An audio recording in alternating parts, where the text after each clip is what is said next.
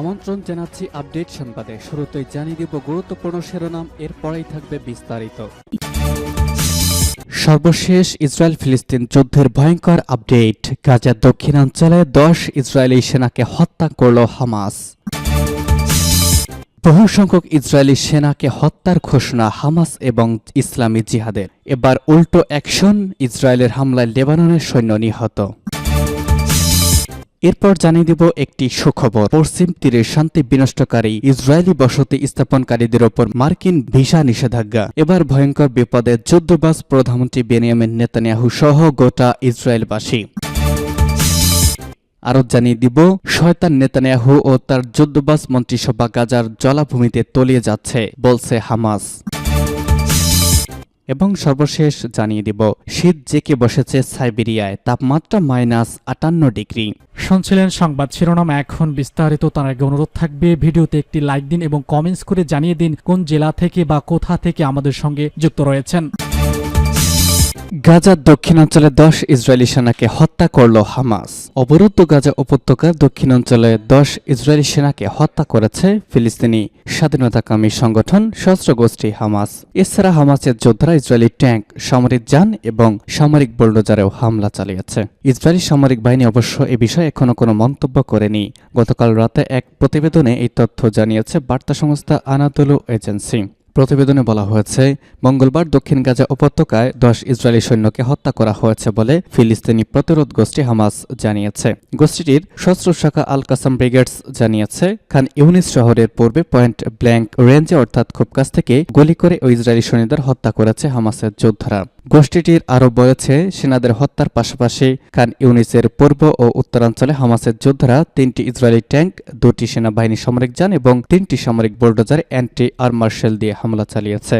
Israeli সেনাবাহিনীর পক্ষ থেকে অবশ্য এ বিষয়ে কোনো মন্তব্য করা হয়নি। প্রসঙ্গত, হামাসের সাথে এক সপ্তাহব্যাপী মানবিক বিরতির পর গত শুক্রবার থেকে গাজা উপত্যকায় পুনরায় বিমান ও স্থল হামলা শুরু করেছে ইসরায়েল। বিরতির পর শুরু হওয়া এই অভিযানে গাজার দক্ষিণাঞ্চলীয় খান ইউনিস শহরকে লক্ষ্য করেই হামলা চালিয়ে যাচ্ছে দখলদার সেনারা।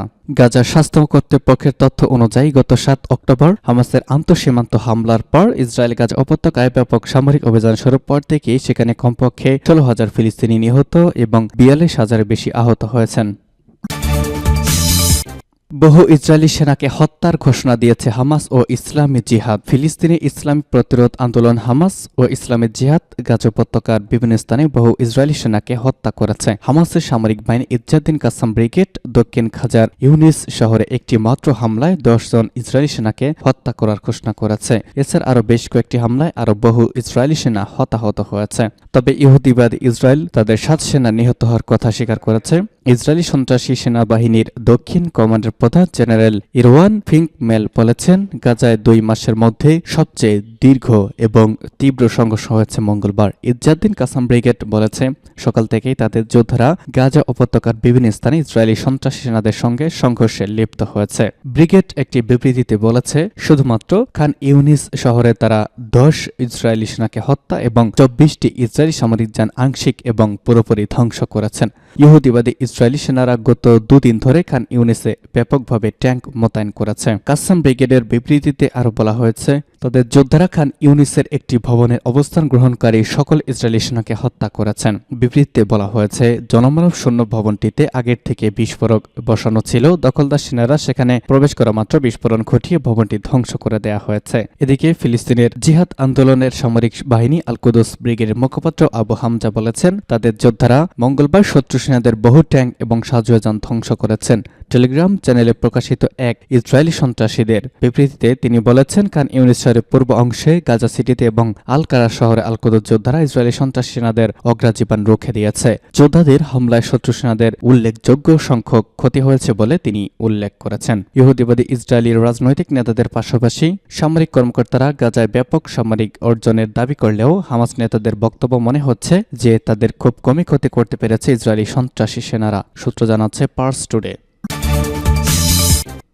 এবার ইসরায়েলের হামলায় লেবাননের সৈন্য নিহত। ফিলিস্তিনে অবরুদ্ধ গাজা ভূখণ্ডে ইসরায়েলি আগ্রাসন শুরুর পর থেকে ইসরায়েল লেবানন সীমান্তে উত্তেজনা বিরাজ করেছে। গাজায় সংঘাত শুরুর পর লেবাননের ইরান সমর্থিত শক্তিশালী সশস্ত্র গোষ্ঠী হিজবুল্লাহ উত্তর ইসরায়েলের বিভিন্ন লক্ষ্যবস্তুতে হামলা চালিয়ে আসছে। পাল্টা হামলা চালাচ্ছে ইসরায়েলও।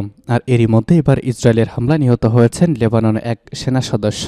গত অক্টোবরে আন্তঃসীমান্ত সংঘাত শুরুর পর এই প্রথম লেবাননে কোনো সৈন্য নিহতের ঘটনা ঘটল। গতকাল রাতে এক প্রতিবেদনে এই তথ্য জানিয়েছে সংবাদ মাধ্যম আল জাজিরা। প্রতিবেদনে বলা হয়েছে, দেশের দক্ষিণ সীমান্তের কাছে একটি সামরিক পোস্টে ইসরায়েলি হামলায় একজন লেবানি সৈন্য নিহত হয়েছেন বলে লেবাননের সেনাবাহিনী জানিয়েছে। দেশটির সেনাবাহিনী একটি বিবৃতিতে বলা হয়েছে, ওহৈদা পাহাড়ে অবস্থিত ওই সীমান্ত চৌকিতে হামলার ঘটনায় আরও ৩ জন সেনা সদস্য আহত হয়েছেন। পশ্চিম তীরে শান্তি বিনষ্টকারী ইসরায়েলি বসতি স্থাপনকারীদের ওপর মার্কিন ভিসা নিষেধাজ্ঞা। ফিলিস্তিনের পশ্চিম তীরের শান্তি, নিরাপত্তা, স্থিতিশীলতা নষ্টে জড়িত বসতি স্থাপনকারী ইসরায়েলিদের ওপর ভিসা নিষেধাজ্ঞা দেওয়ার কথা জানিয়েছে যুক্তরাষ্ট্র। মার্কিন পররাষ্ট্রমন্ত্রী অ্যান্টনি ব্লিংকেন এই ঘোষণা দিয়েছেন। মার্কিন পররাষ্ট্র দপ্তর জানিয়েছে, ইসরায়েলি বসতি স্থাপনকারীদের বিভিন্ন সময় ফিলিস্তিনিদের ওপর হামলা চালিয়ে আসছে। এতে ভূমি হারাচ্ছেন ফিলিস্তিনিরা। তবে এরা বন্ধে ইসরায়েলের প্রশাসন কার্যকর কোনো ব্যবস্থা নিচ্ছে না। ভিসা নিষেধাজ্ঞার কথা জানিয়ে সামাজিক যোগাযোগ মাধ্যমে এক্সে ব্লিংকেন লিখেছেন, আজ মার্কিন পররাষ্ট্র দপ্তর নতুন একটি ভিসা নিষেধাজ্ঞা নীতি ঘোষণা করেছে। পশ্চিম তীরের শান্তি, নিরাপত্তা ও স্থিতিশীলতা নষ্টের পেছনে যারা জড়িত থাকবে তাদের এই নিষেধাজ্ঞার আওতায় আনা হবে। শুধু তাই নয়, পশ্চিম তীরের সাধারণ মানুষের ওপর নাশকতা করা, তাদের নিত্যদিনের প্রয়োজনীয় পণ্য সেবা পাওয়ার সুযোগ থেকে যারা বঞ্চিত করবেন তাদেরও ভিসা নিষেধাজ্ঞা দেওয়া হবে। এবং সর্বশেষ জানিয়ে দিব, নেতানিয়াহু ও তার যুদ্ধবাজ মন্ত্রিসভা গাজার জলাভূমিতে তলিয়ে যাচ্ছে বলছে হামাস। ফিলিস্তিনি ইসলামী প্রতিরোধ আন্দোলন হামাসের সিনিয়র পলিট ব্যুরো সদস্য ওসামা হামদান দখলদার ইহুদিবাদী ইসরায়েলের বিরুদ্ধে অনির্দিষ্টকালের জন্য যুদ্ধ চালিয়ে যাওয়ার প্রস্তুতি ঘোষণা করেছেন। তিনি প্রত্যয় ব্যক্ত করে বলেছেন যে যুদ্ধ যতদিন ধরেই চলুক না কেন আমরা তার জন্য পূর্ণ প্রস্তুতি নিয়ে রেখেছি।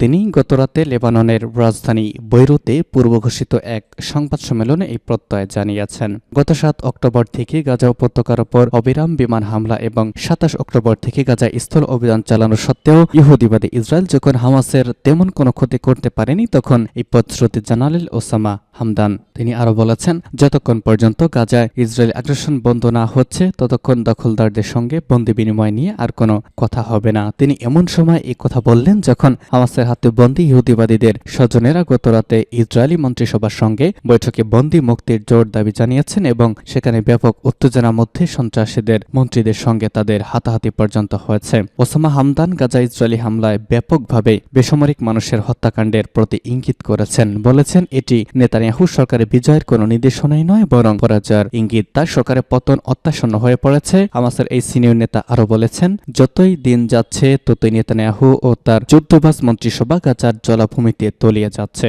ওসামা হামদান এই বক্তব্যে রাজনৈতিক বিশ্লেষক বলেছেন, প্রায় 2 মাসের সর্বাত্মক হামলা সত্ত্বেও রাজনৈতিক ও সামরিক দিক দিয়ে হামাসকে নিশ্চিহ্ন করার যে লক্ষ্য ইসরায়েল ঠিক করেছিল তার ধারের কাছে সে যেতে পারেনি। এ কারণেই ওসামা হামদানের কণ্ঠে চরম আত্মবিশ্বাস ফুটে উঠেছে। সূত্র জানাচ্ছে, পার্স